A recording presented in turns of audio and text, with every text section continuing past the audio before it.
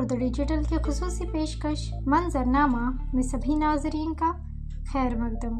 آج کی اہم خبروں میں سب سے پہلے جھارکھنڈ کے وزیر اعلیٰ چمپائی سورین نے بدھ کو اپنے عہدے سے استعفیٰ دیا۔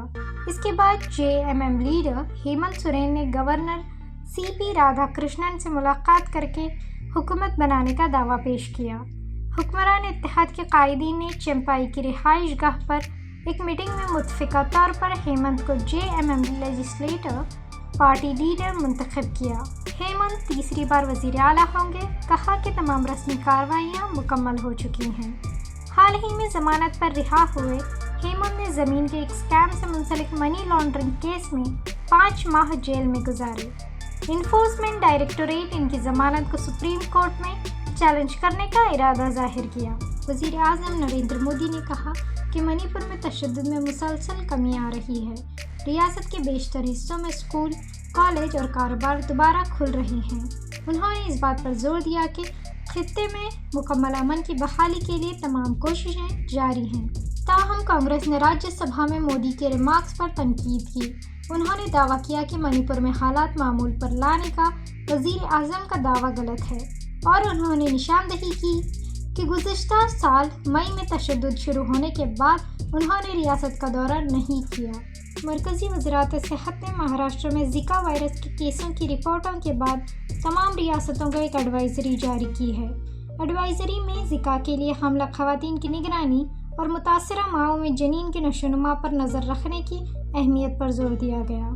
صحت کی سہولیات کو یہ بھی مشورہ دیا گیا کہ وہ ایڈیز مچھروں کے انفیکشن کو روکنے کے لیے ایک نوڈل افسر مقرر کریں۔ زکا ایڈیز مچھروں سے پھیلتا ہے، ڈینگو اور چکن گنیا سے ملتا جلتا ہے اور عام طور پر ہلکا ہوتا ہے، لیکن متاثرہ ماؤں سے پیدا ہونے والے بچوں میں مائکروسیفلی کا سبب بن سکتا ہے۔ وزارت نے گھبراہٹ کو روکنے کے لیے عوامی بیداری کی ضرورت پر زور دیا، یہ نوٹ کرتے ہوئے کہ زکا سے زیادہ تر کیسز غیر علامتی ہوتے ہیں۔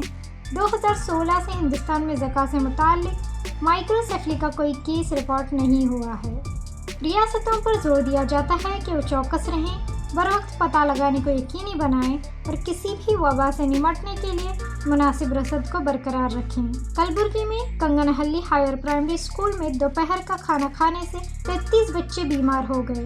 کھانے میں بارش کے پانی کی آلودگی کی وجہ سے طلباء کو پیٹ میں درد اور الٹی کا سامنا کرنا پڑا۔ 5 شدید متاثرہ بچوں کو ہسپتال میں داخل کیا گیا، جبکہ دیگر کا مقامی طور پر علاج کیا گیا اور انہیں اسی دن چھٹی دے دی گئی۔ ایمبولینسوں کی کمی کی وجہ سے اسکول کے حکام اور دیہاتیوں نے بچوں کو ہسپتال پہنچانے کے لیے بائک اور ٹریکٹر کا استعمال کیا۔ جیورگی میں اسی طرح ایک معاملے کے بعد ضلع میں 3 دنوں کے اندر یہ اس طرح کا دوسرا واقعہ ہے، جہاں Morarji Desai girls residential school میں دوپہر کا کھانا کھانے سے 17 طالبات بیمار ہو گئی تھیں۔ کیرلا کے جنرل ایجوکیشن ڈپارٹمنٹ نے مختلف اسکولوں کے معذور بچوں میں کھیلوں کی صلاحیتوں کو فروغ دینے کے لیے ایک منفرد انکلوسیو اسپورٹس مینول شروع کیا ہے۔ ریاست کے جنرل ایجوکیشن کے وزیر V7 کٹی نے اعلان کیا کہ اس کتابچے پر مبنی مقابلہ اس سال شروع ہوں گے۔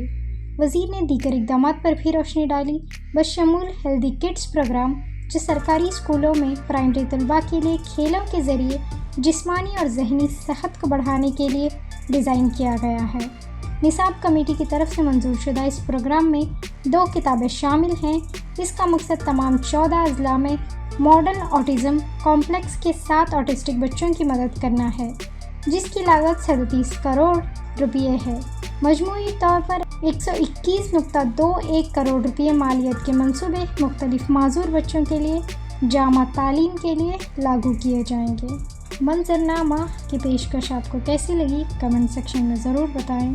ایسی ہی اہم خبروں کے لیے ڈیلی سالار اردو ڈیجیٹل کو لائک، سبسکرائب، شیئر ضرور کریں۔